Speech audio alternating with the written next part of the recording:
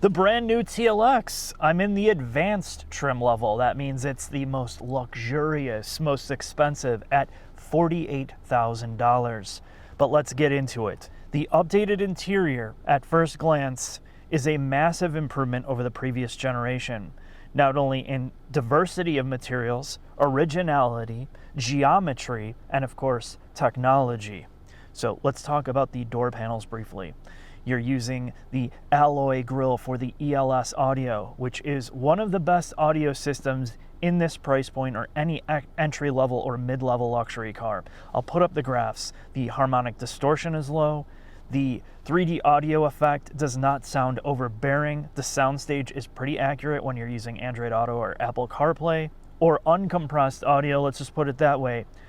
The Bluetooth compression is high like most cars, and it's about average in that regard. But this is one of the primary reasons why you would consider this car is the audio system. In the advanced trim level, it's even quieter because you have acoustic laminated glass in the front half of the car. In the back, it's noisier because it doesn't have it, and you notice it right away sitting in the back. But let's talk about the good.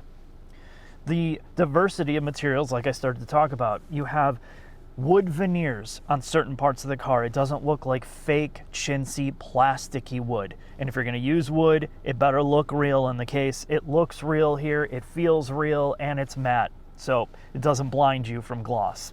The upper dash has a good feel to it. It's soft touch. It has a leather wrapping and leather stitching, which changes if you go to the A spec.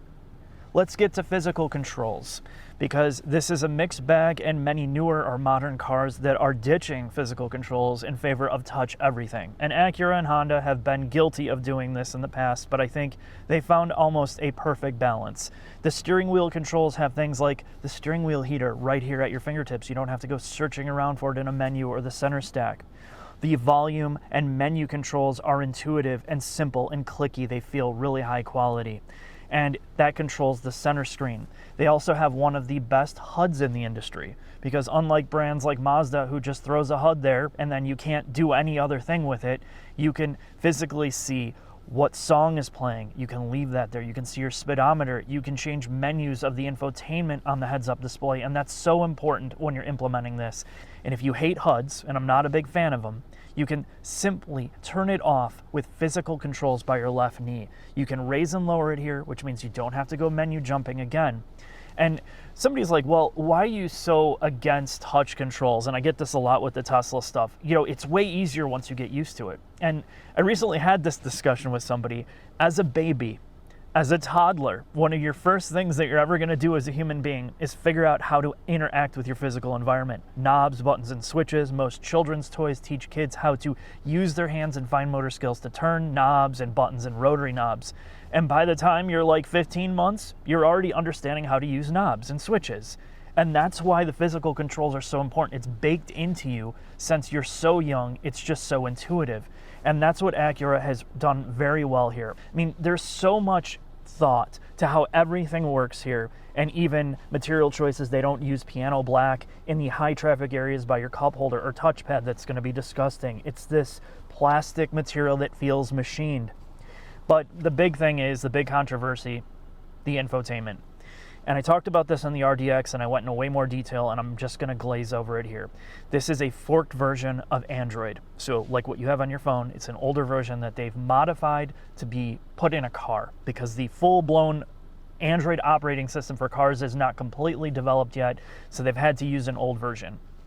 They've also implemented a true touchpad, which looks like a mouse pad, and in every regards it is, except it has absolute positioning. So if you're at the top left, that means you're selecting the top left icon on the screen.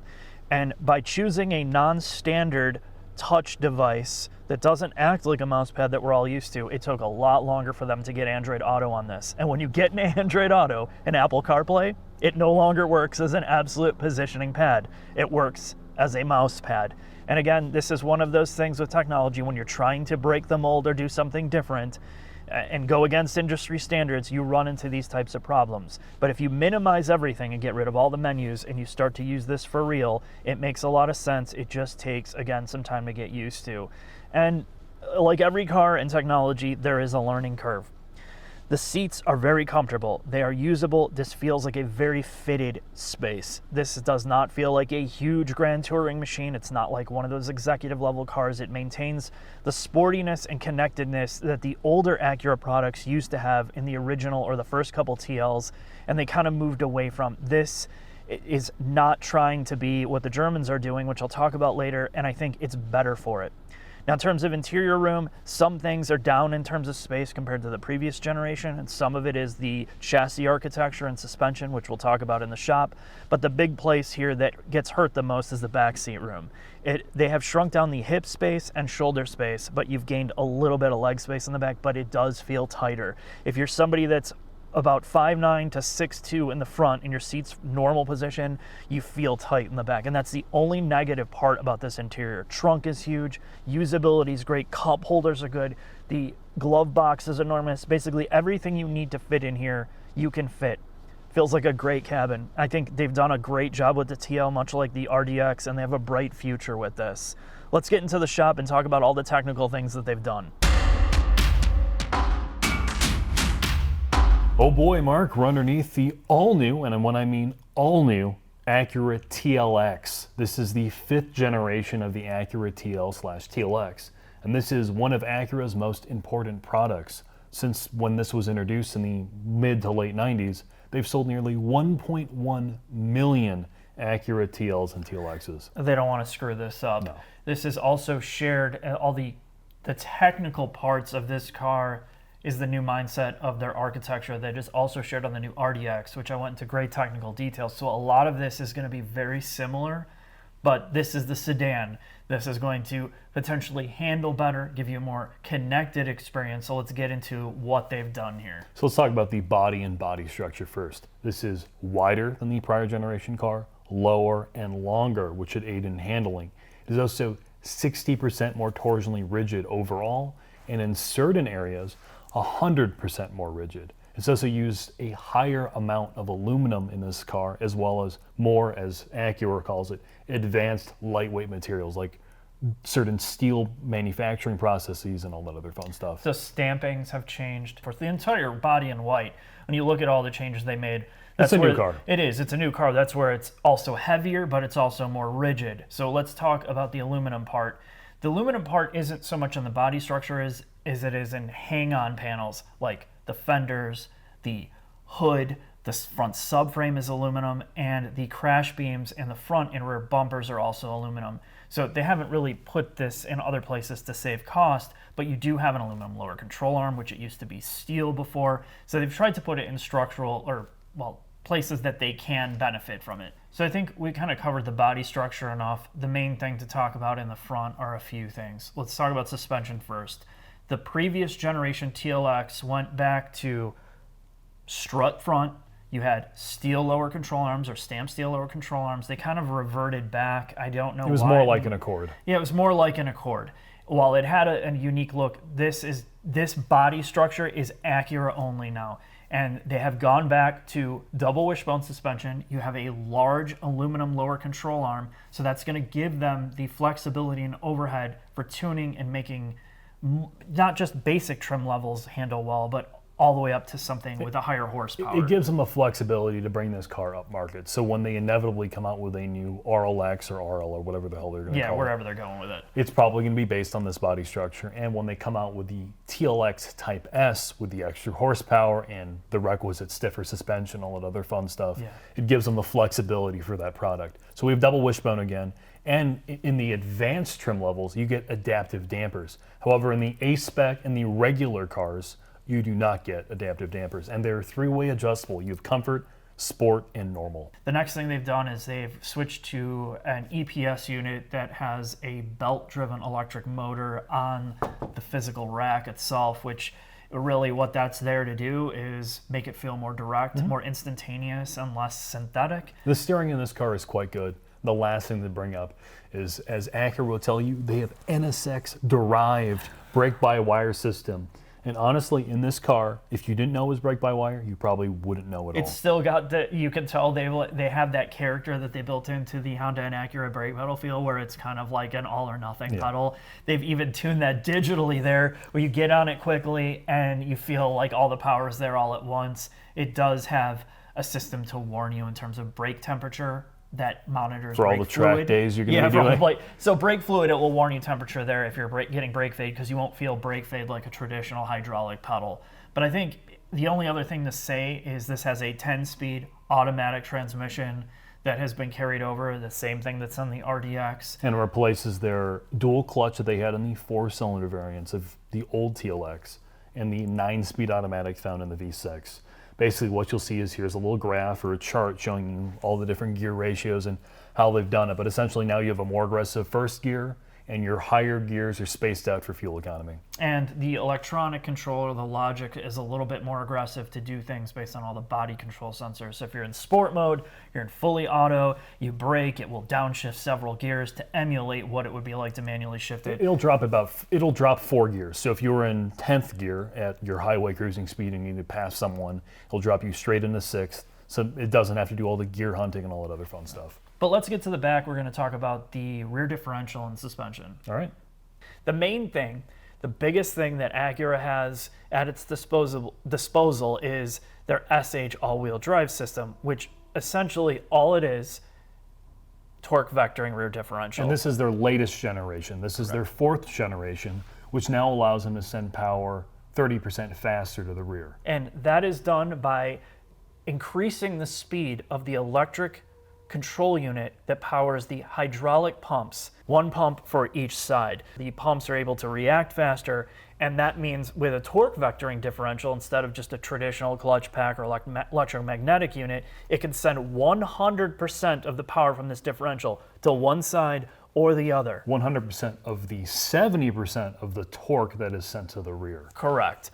So that is why they're able to, as speed has increased, that connected feeling that you get, depending on how you drive, obviously, and we'll talk about that during the drive.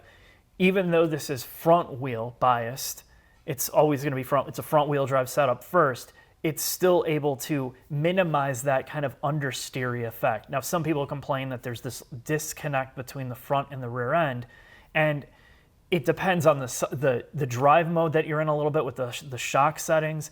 But this is about one of the best front-wheel drive setups that you're going to get in, where it feels natural, and it's always putting power down to the wheel that you need. If you're in an area with bad weather, snow by us, yes, this system is beastly. It is. And you almost, for a normal person, you're never going to notice the difference between a rear-wheel drive, all-wheel drive setup or a front-wheel drive setup, and that could be the one knock about this.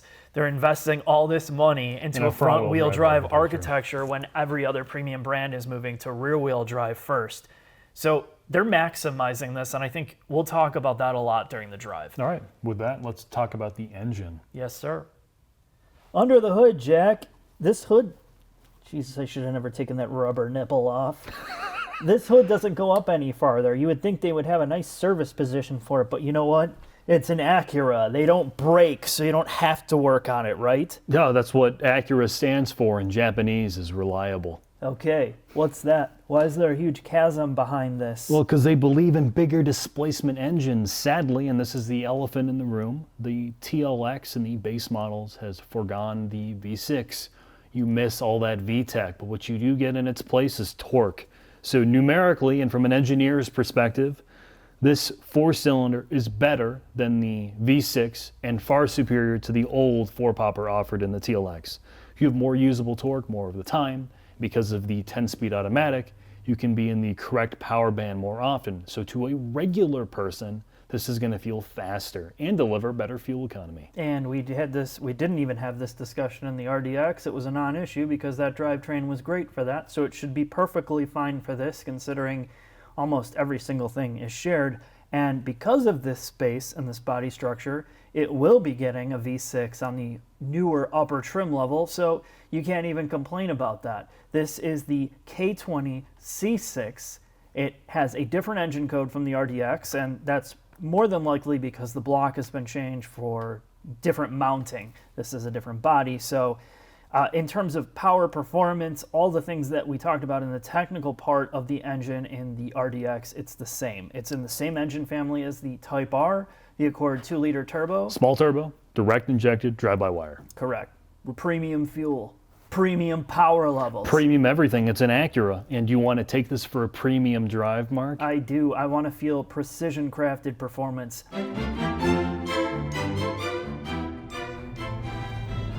Oh yeah, Jack, the new TLX.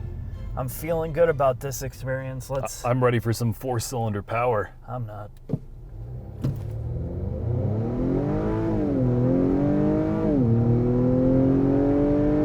That's 60 in about 7 seconds, Mark. And there's a sweet amount of fake engine noise that comes into the cabin when you're in sport mode. But there is plenty of torque due to this turbocharged 4-cylinder. There is. Let's get the engine and transmission out of the way before we start getting into what this car is. All right. So, you get away from the V6 that Acura and Honda have been well known for quite a long time. That was the star of the show in terms of sound refinement and reliability. So now that all of your regular trim levels have gotten this essentially detuned Type R motor and a little bit more peppy than the Accord Sport 2-liter, I would say for most people that are buying this, it gives you better daily drivability because you have all this power download, all this torque that gets you up the line without having to rev the shit out of it. And then at the same time, it still wants to rev. Yeah, for most people, and I mean regular people who are using this day in and day out, who aren't reviewers, who aren't trying to drive this like a sports car, the 4-cylinder makes a lot of sense. You have a ton of low-down torque. Because of the 10-speed, you're normally in the right gear for the available torque as well. Yeah, and the transmission in this car is... I feel like they've made some improvements in terms of tuning. It definitely does not feel as confused. And it definitely does not feel like it gear hunts as much as it used to. I don't feel any jerking, any serious lag. It's not the fastest thing to respond when you take manual control, but that's not what this car is about. And aside from the horsepower, which we all know is more than adequate, it doesn't sound as refined. It's not as smooth as the old V6 that used to be in here. It loses a lot from not having that. Objectively, it doesn't. It doesn't lose a lot in performance, but what it loses is that character, which you get in a 6-cylinder, is this warm, harmonic resonance that you don't get out of this 4-popper. But this is the way really all the entry-level luxury cars and cheaper cars are going, because you have the emissions, you have the regulations to deal with, and the byproduct of it is everything's going turbocharged, everything, including getting rid of the old V6s. Now, they're going to recreate these V6s with turbos, but that generation is starting to phase out. That's why this exists. You may like it, you may not, but again, this is one of Honda's best power plants they've ever made. Although I don't think it completely fits the character of a luxury car, there's nothing wrong with it. Absolutely nothing. This is now more a luxury car than a sports sedan because of that. The 10-speed, as you said, is not horrible by any means, but it is not fast to react, particularly when compared to some of the other gearboxes out of the German competitors like the 8-speed ZF. It is more concerned with being in the right gear and offering seamless shifts than it is, crisp manual control. Yeah, so it finds a really good middle ground. It's definitely way more responsive. The engine and transmission than what it used to be. What it used to be, and I find that it is way better than what the Koreans are still doing. Yeah. And there's this metric that is completely, we could talk about this, and most normal people are it's going to go right over their head because we're in and out of so many cars. We have this skewed perception of where this car is versus this one. The fact is, it's more than powerful enough, and the transmission performance is really good in here, and the average person's going to like it. The only thing you're not going to like is the sound and that warmth that the old V6 had. So let's talk about the suspension tuning and the way this thing drives next, Mark. All right. So let me launch this one more time, Jack. All right.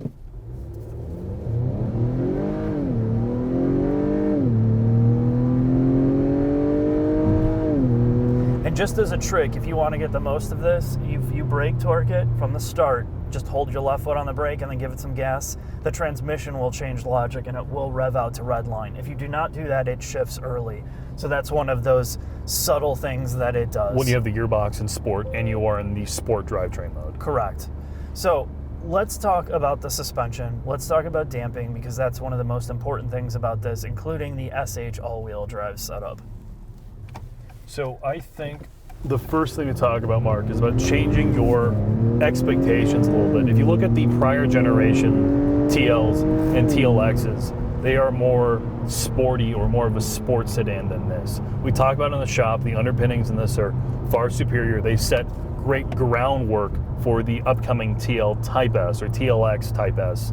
This, however, I think has moved closer to a luxury riding sedan. It's still firmer than an ES, but it doesn't have the nimbleness or sense of fun that I think some of the older TLs had. And I totally disagree with Interesting. you. I totally disagree, and I think this is blown out of proportion, and I'm somebody that's come up with Hondas much like you. If you remember the old 2006, one of the heydays of the TL, that thing was front-wheel drive. It had a 3.5 or 3.2 liter, I don't remember. But the thing, all it did was understeer. All it did was understeer. It was too heavy. It was a pig in the front end. And aside from the engine, people were blown away with how quick it was for the era, but it was not a good driving car compared to this. Having the all-wheel drive setup on this and torque vectoring in the back, I would take this 10 out of 10 times. No, it is over that. objectively far superior, and it will put down better numbers and handle better. It but feels I think way there's, better. It feels way. It's but a there's way this better lack car. of whimsicalness, and it isn't a big enough step up. I totally disagree with you. Really? I think this is a way better car in every single metric than the old TL is, aside from maybe looks and not having the sound of the V6. I could never get away with anything that I could get away with in this. And this isn't even the sporty model. I mean, just driving this a couple times, you can basically nail the brakes, which the old TL brakes were a lot softer. I barely have to put any steering input into this, and it turns in, and the all-wheel drive system corrects any understeer before it even starts and transfers it to the back. But if you want a sporting driving experience, particularly given the price point of this vehicle, it is nowhere as, air quotes, fun to drive as, say, a 3 Series is. I totally disagree with you. Really? You base rather have the a all-wheel drive, front-wheel drive bias I'm not than saying that the front-wheel drive system is better. Okay. I'm just saying that for regular driving like we just did, there is almost an imperceptible difference between the two. The way that the all-wheel drive system in this car is way more usable than a rear-wheel drive 3 Series. I mean, if you're going to compare front-wheel drive versus rear-wheel drive, of course. But I get that it's totally idiot-proof, but the sense of fun, all this thing does. I don't think a 3 Series is fun, dude. Really? I don't think it's fun at all. I think it's just a rear-wheel drive, like entry-level luxury car sedan that people put on a pedestal. There's nothing that's great until you get into the like upper entries. trims. Yes.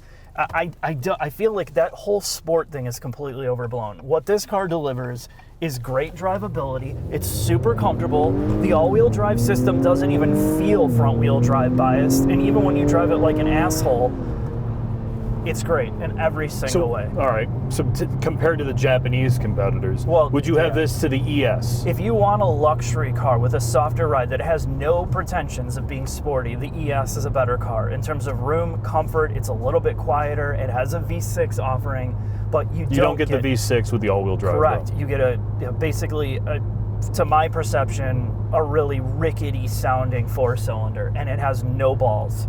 At least this, it may have a 4-cylinder, but it has some punch to it. I think my problem, I guess, is that the ES does the luxury car thing better. You have a better drivetrain.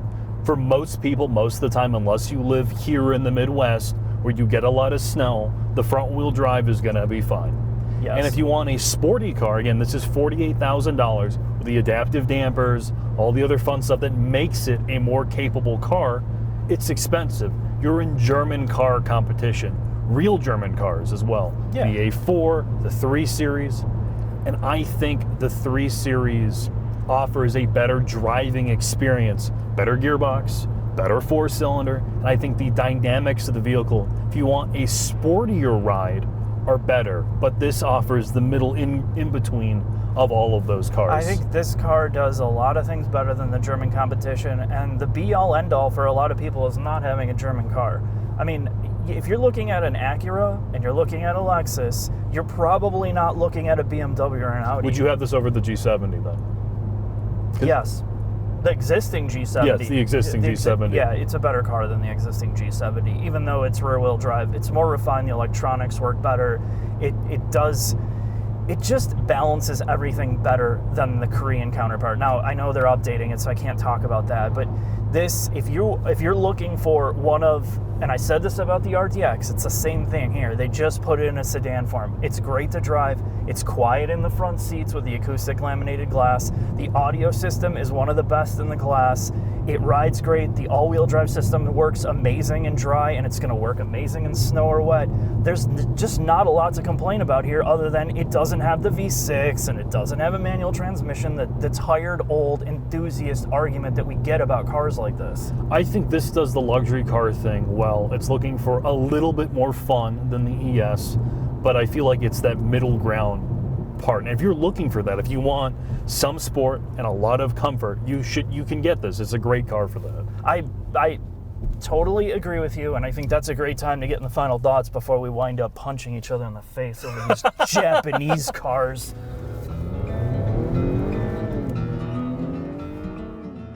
Final thoughts on the Acura TLX. I came into this thinking about the past, where the TL started and how it evolved into the TLX and where we are now, and it's done one of these, the typical roller coaster ride of being insanely popular to being kind of forgotten about, and here is Acura trying to bring back what made the car good. Like from 2006, it had the styling, you had a V6 with a limited slip differential, a manual transmission, and granted, this has none of that.